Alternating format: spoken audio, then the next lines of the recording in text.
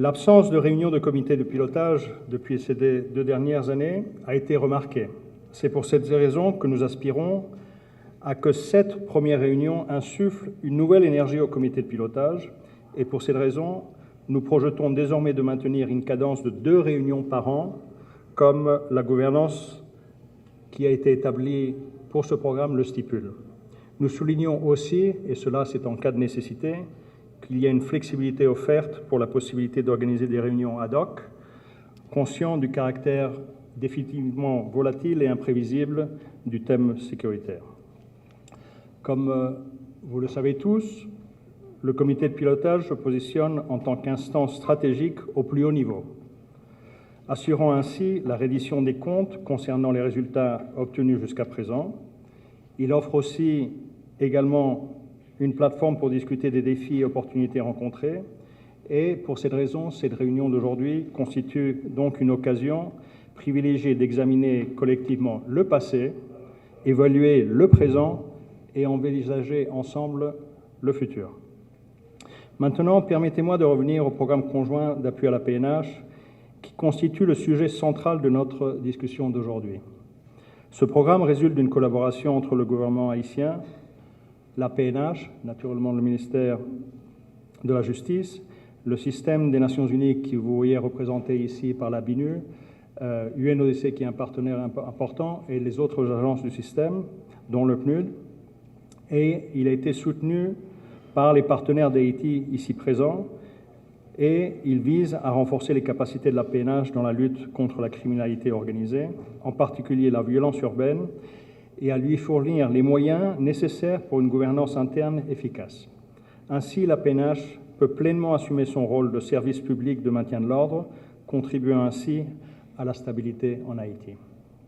Malgré les contraintes ayant entraîné quelques retards dans la périodicité et la fréquence des réunions avec les unités bénéficiaires de la PNH, ainsi que les difficultés rencontrées lors des évaluations techniques en région, plusieurs activités ont déjà eu lieu et je suis déjà en position de vous dire que nous avons obtenu des résultats que je me permets de décrire.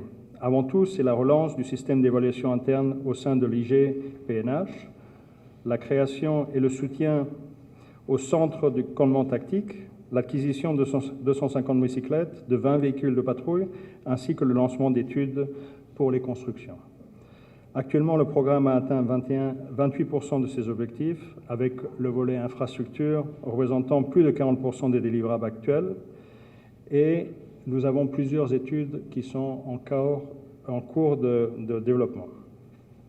Comme cette réunion constitue une opportunité pour la PNH et le PNUD pour présenter les réalisations du programme, ainsi que leurs implications financières, nous invitons les membres du comité de pilotage à se prononcer sur sa progression et son déroulement. Nous sollicitons également votre avis sur les différentes étapes et les échéances prévues, ainsi que d'éventuelles solutions aux défis rencontrés par la PNH.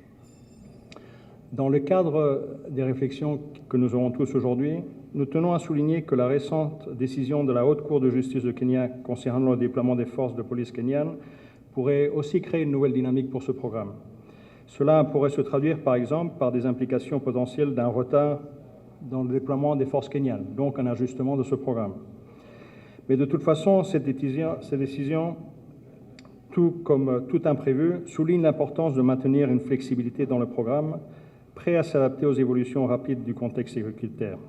Ainsi, le programme doit rester prêt à soutenir la PNH en vue d'un éventuel déploiement d'une mission multinationale d'appui à la sécurité. C'est avec un immense honneur que je suis là parmi vous cet après-midi à la cérémonie de la mise en place du comité de pilotage qui a pour mission d'orienter et de superviser les projets essentiels financés par la communauté internationale à travers le Fonds commun des Nations Unies, dans le cadre du renforcement des capacités opérationnelles et institutionnelles de la police nationale d'Haïti.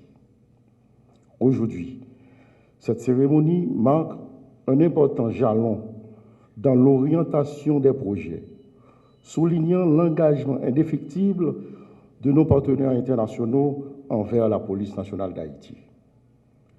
La création de ce fonds commun est le fruit d'un effort concerté de la part de plusieurs pays contributeurs via le PNUD. Nous tenons donc, mesdames et messieurs, à exprimer nos sincères remerciements à ces pays amis qui ont généreusement apporté leur soutien financier. Leur engagement envers la sécurité et la prospérité d'Haïti est un témoignage de la solidarité internationale qui nous encourage à poursuivre nos efforts. Je tiens à remercier les différents points focaux pour leurs efforts constants dans l'élaboration, l'exécution de ces projets. Ces réalisations vont contribuer aux efforts du gouvernement dans la poursuite d'une transformation significative de la police nationale d'Haïti adaptée aux grands défis actuels de sécurité. Tout en invitant d'autres pays à rejoindre les pays contributeurs de ce effort inestimable, je renouvelle l'engagement du haut commandement de la police nationale d'Haïti à construire une police plus professionnelle, respectueuse des droits humains et des principes de l'état de droit démocratique. C'est un plaisir pour moi d'être parmi vous aujourd'hui dans le cadre de cette première rencontre, après 2 ans d'installer le programme, du comité de pilotage du programme conjoint d'appui à la police nationale d'Haïti, communément appelé Basket Fund. Notre présence ici aujourd'hui témoigne de notre engagement envers la sécurité et la stabilité de la nation haïtienne. Tout d'abord, je voudrais vivement remercier les autorités nationales, particulièrement celui du Monsieur le Premier ministre, où sa présence ici témoigne sa volonté politique et son support à ce programme d'appui à la PNH. De plus, je remercie l'ensemble des partenaires pour leur appui et leur engagement à soutenir la police nationale d'Haïti. Cette dernière fait face avec courage et abnégation aux multiples défis de maintien de la sécurité et de l'ordre public, particulièrement affectés par la violence inouïe des gangs armés. C'est le lieu de rendre hommage aux policiers et policières de la police nationale pour le travail extrêmement difficile et dangereux qu'ils abattent quotidiennement et de nombreux sacrifices, parfois au prix de leur propre vie, afin de protéger la population et leurs biens. Haïti, la nation de la lutte pour la liberté et des défis persistants, se trouve aujourd'hui à un nouveau carrefour crucial de son existence. L'escalade de la violence, orchestrée par les gangs armés, a plongé le pays dans un état d'insécurité chronique et profond, menaçant la stabilité de l'État et le bien-être des citoyens. À cet égard, le renforcement de la capacité des institutions et des services de l'État, au premier rang la police nationale d'Haïti, constitue un enjeu majeur. Il est donc essentiel de continuer à investir massivement dans le renforcement des secteurs du système sécuritaire et l'accent doit être mis en particulier sur l'expansion et la professionnalisation des forces de police ainsi que sur l'amélioration du système judiciaire et correctionnel. Nous reconnaissons également les efforts du gouvernement pour prioriser ces secteurs dans le budget national, démontrant ainsi son engagement envers la sécurité et la justice. Le déploiement de la mission multinationale non onusienne d'appui à la sécurité, MMAS, autorisée par le Conseil de sécurité le 2 octobre, devrait permettre d'appuyer et accompagner la police nationale à lutter efficacement contre les actions des gangs et au rétablissement de l'ordre. Cet appui devrait permettre aux autorités nationales et aux partenaires d'Haïti, une fois stabilisée la situation sécuritaire, de réinvestir immédiatement dans les zones jadis emprises par les gangs et de réaliser les élections pour les pleins rétablissements de l'état de droit et des institutions démocratiques. Des obstacles sont malheureusement constatés quant à l'opérationnalisation de cette mission. Je reste toutefois persuadée que l'engagement et la détermination des États membres des Nations Unies largement exprimé à l'occasion de la dernière réunion du Conseil de sécurité des Nations Unies sur la situation en Haïti, tenue le 25 janvier, permettront de trouver rapidement des solutions visant au déploiement effectif de la MMAS. En plus de la mission, le programme conjoint constitue un autre soutien majeur d'appui à la sécurité en Haïti. Soutenu par la coopération bilatérale et internationale, dont le système des Nations Unies fait aussi partie essentielle. En effet, depuis plus de 19 mois, ce soutien s'est matérialisé par la mise en œuvre de certaines activités liées au programme qui seront détaillées par le PNUD aujourd'hui.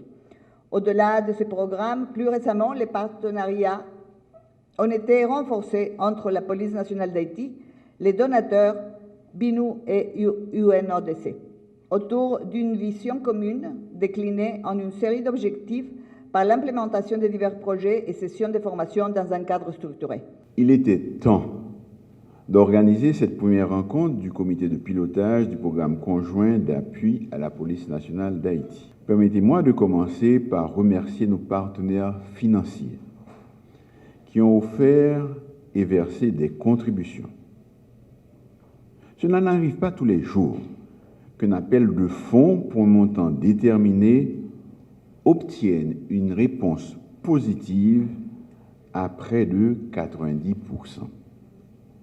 Bien entendu, les besoins de la PNH sont immenses et ce programme n'est qu'un début de réponse apportée avec l'aide directe de nos partenaires. La PNH doit renforcer considérablement ses effectifs, qui ont enregistré une attrition significative avec le départ de nombreux policiers attirés par les différents programmes et facilités d'immigration offerts par certains pays.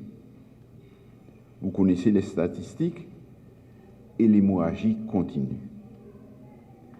Il est essentiel de recruter massivement en vue d'atteindre le niveau internationalement reconnu du ratio idéal du nombre de policiers en fonction par rapport au nombre d'habitants.